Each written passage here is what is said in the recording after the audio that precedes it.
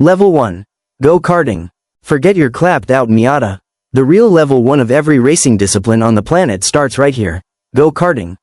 And no, I'm not talking about those electric bumper cars at your local family entertainment center where you're punting 12-year-olds into the barriers. I'm talking about professional karting. Karting is where 99% of Formula 1, IndyCar, and NASCAR drivers begin their careers before they're even old enough to play GTA. This is the purest, most violent form of motorsport per pound. Take a 125cc Shifter Kart, for example. You are sitting exactly 1 inch off the asphalt. There is no suspension, no power steering, no seat belts, no roll cage. The chassis of the kart is your suspension, flexing every time you chuck it into a corner at 80 miles per hour. The 2-stroke engine screams at 15,000 RPM, pumping out about 40 horsepower in a machine that weighs barely 180 pounds. Its power-to-weight ratio would absolutely embarrass a Porsche 911 Carrera. In American karting leagues, like the SCUSA Supernationals held in Las Vegas casino parking lots, the competition is toxically fierce. You'll see millionaire karting dads dropping $100,000 a year just so their 10-year-old kid can have a blue-printed engine, a massive paddock tent, and a private data engineer. This is a world where childhood innocence is crushed by the pressure to find a tenth of a second per lap. Physically, a shifter kart will abuse you. The lateral G-forces on your ribs are so intense that drivers have to wear Kevlar chest protectors just to avoid cracking bones after a track day. It teaches you the absolute core of vehicle dynamics, grip limits, trail braking, momentum management, and the art of hand-to-hand automotive combat. Level 1 isn't child's play. It's a meat grinder. If you can't win here, you don't stand a chance on the rest of this list. Level 2. Spec Miata Grassroots Racing. Welcome to Level 2. You've grown up, your credit card actually has a limit now, and you want to race real cars. Enter Spec Miata, the beating heart and soul of amateur SCCA and NASA racing in America. Picture this. You buy a 1990 Mazda Miata for $5,000 off Facebook Marketplace. It smells like a family of raccoons lived in it. You strip the interior, weld in a roll cage, slap on some Toyo R compound tires, bolt on the spec suspension, and boom. You're a race car driver. Spec Miata is grassroots heaven. It was born from a brilliant philosophy: keep it cheap and keep it fair. Every car on the grid is restricted to around 110 to 120 horsepower. Aerodynamics? That's a luxury concept here. Your horsepower advantage is usually determined by whether or not you took a dump before getting in the car to save weight. But do not let the turtle-like straight-line speed fool you. Because every car is mathematically identical, Spec Miata races are the bloodiest, closest dogfights you will ever see. You'll have 40 cars diving into Turn 1 at Laguna Seca at the exact same time. Mirrors get knocked off, bumpers rub, doors get caved in. Trading paint at this level isn't an accident, it's a form of communication. To pass someone in a Spec Miata, you can't just mash the throttle on the straight. You have to perfectly draft them, brake 3 feet later, and pray the mechanical grip keeps you on the pavement. It teaches you patience and momentum. If you mess up one corner and lose 2 miles per hour of exit speed, you'll drop back and spend 5 laps just trying to catch the pack again. In Level 2, the paddock smells like cheap beer, leaking oil, and barbecue. There are no factory engineers here. Just you, a few buddies, a roll of duct tape, a bag of zip ties, and pure passion. This is where driver skill genuinely beats budget, unless, of course, your budget is too small to buy fresh tires. Level 3. GT4 cars. Are you tired of lying on your back at 2 a.m. fixing a Miata transmission? Is your dental practice doing well and you want to race something that has air conditioning? Welcome to Level 3, the GT4 category. This is the entry point for true factory-built race cars. We're talking the BMW M4 GT4, Porsche 718 Cayman GT4 RS Club Sport, Ford Mustang Dark Horse R, and McLaren Artura GT4. Fundamentally, these are street cars that the manufacturers take into a back room, strip of all their dead weight, fit with FIA-approved roll cages, fire suppression systems, and race brakes, and sell back to you for $200,000 to $300,000. Unlike Spec Miata, GT4 cars pack 400 to 500 horsepower, lightning-fast sequential gearboxes, and race-tuned traction control and ABS. In the US, these cars battle it out in the IMSA Michelin Pilot Challenge or GT4 America. And you know who drives them? The industry calls them gentlemen drivers, dentists, tech CEOs, or lawyers with heavy wallets and a weekend need for speed. But don't disrespect them. While they are designed to be easier to drive and cheaper to run than the top-tier stuff, GT4s are highly capable machines. However, they are intentionally neutered.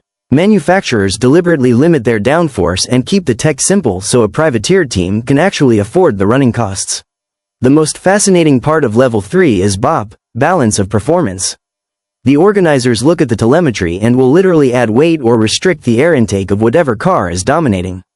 The goal? Making sure a sleek Aston Martin can go wheel-to-wheel with a beefy American 5.8 Mustang on equal footing. GT4 is the sweet spot of professional racing. Fast enough to scare you, safe enough that you can still make it to the office on Monday, and prestigious enough to brag about at the country club. Level 4. GT3 cars. If GT4 is high school wrestling, GT3 is the UFC. This is the most successful, universally adopted, and cutthroat sports car racing category on the planet. Porsche 911 GT3R, Ferrari 296 GT3, Lamborghini Huracan GT3 EVO2, Chevrolet Corvette Z06 GT3R. These weapons cost between $600,000 and $800,000, and that's before you buy spare parts. Want to run a full season in the IMSA WeatherTech Championship or GT World Challenge? Prepare to light $1.50 to $3 million on fire.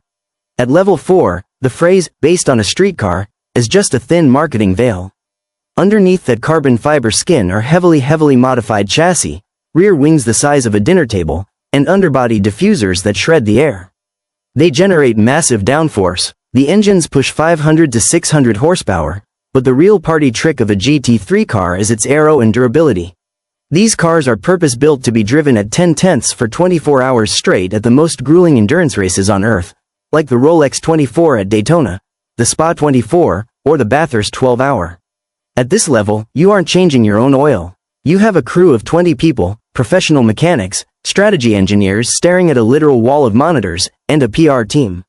The driver lineups are usually a mix of pros, factory-paid aliens, and AMs, the billionaires funding the operation.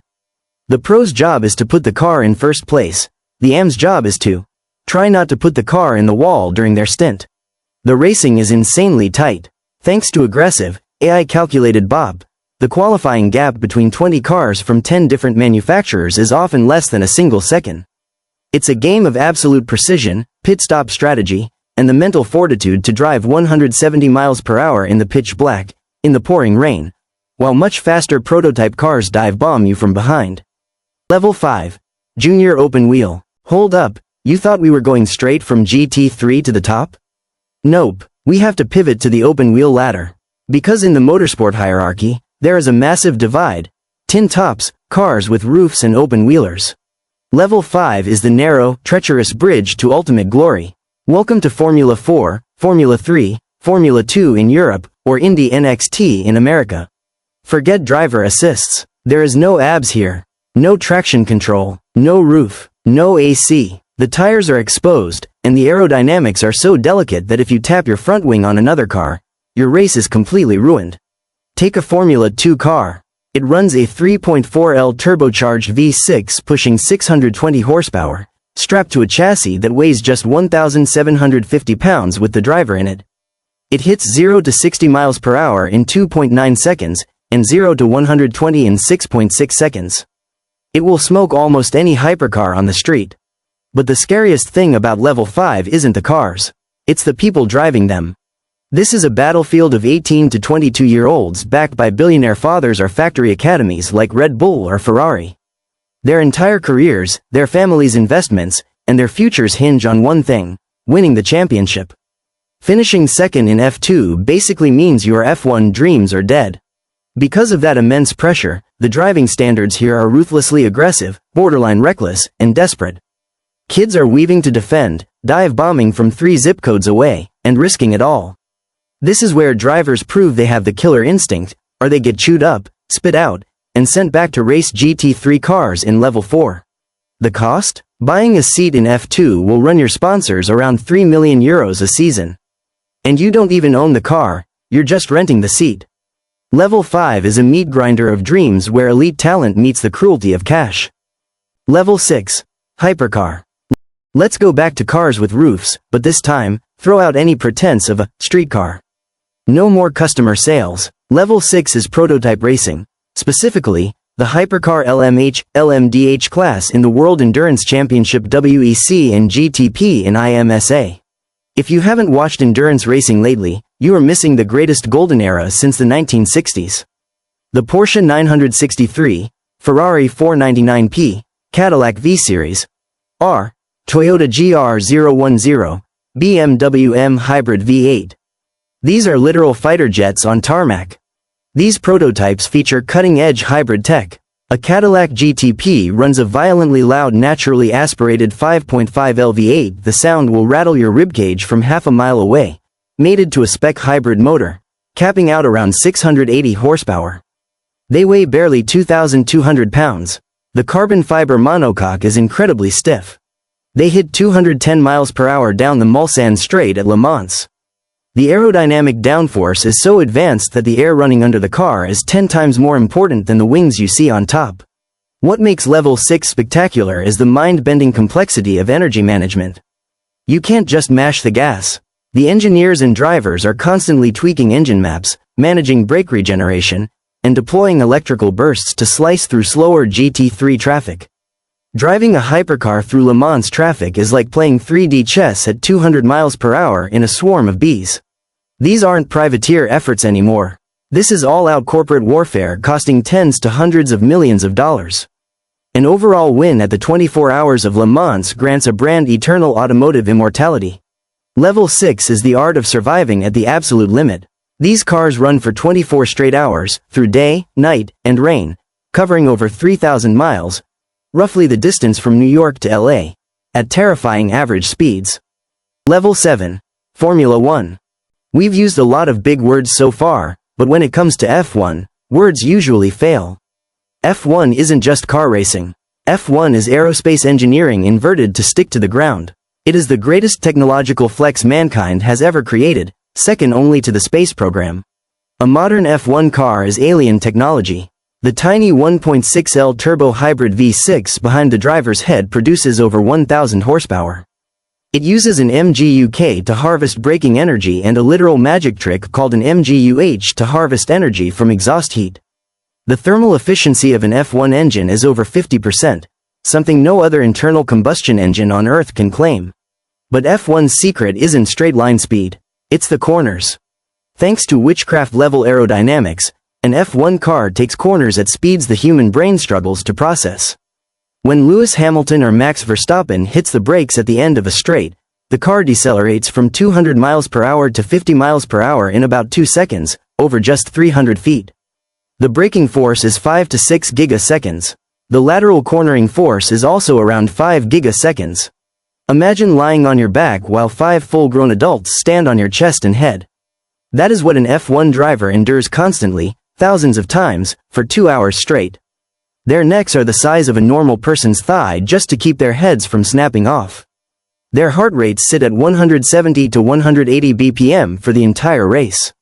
They sweat out 5 to 7 pounds of water weight on a Sunday afternoon. Driving an F1 car requires the physical stamina of an Olympic triathlete and the processing speed of a fighter pilot.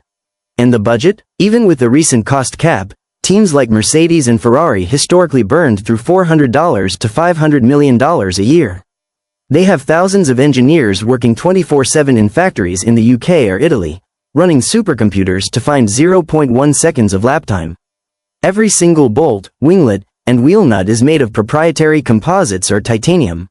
This sport is so ruthless that there are exactly 20 seats in the world. Millions start at level 1 in go-karts, but only 20 men get to strap into a level 7 machine. F1 represents the pinnacle of cash, politics, prestige, and transcendent talent. It is the undisputed king of motorsports, the GOAT.